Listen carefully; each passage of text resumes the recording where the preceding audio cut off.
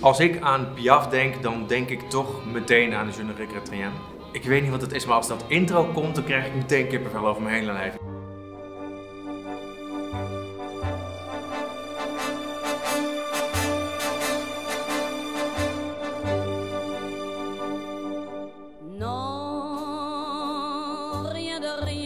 Als ik aan Edith Piaf denk, dan is het natuurlijk, denk je dan aan Non, je ne regrette rien.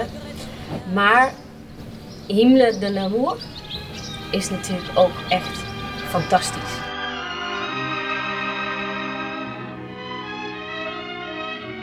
Ik ben Thomas Kammaert en ik speel de rol van Engel.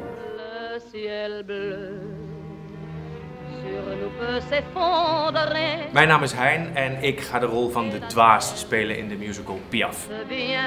Ik ben Job Bovenlander en in de musical Piaf speel ik de rol van Duivel.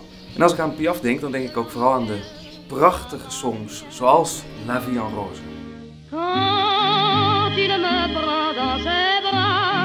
Ik ben Sistine Carillon. Ik ga de rol van de dood spelen in Piaf. Ik ben Suus, Suzanne Segers, en ik speel de rol van Piaf.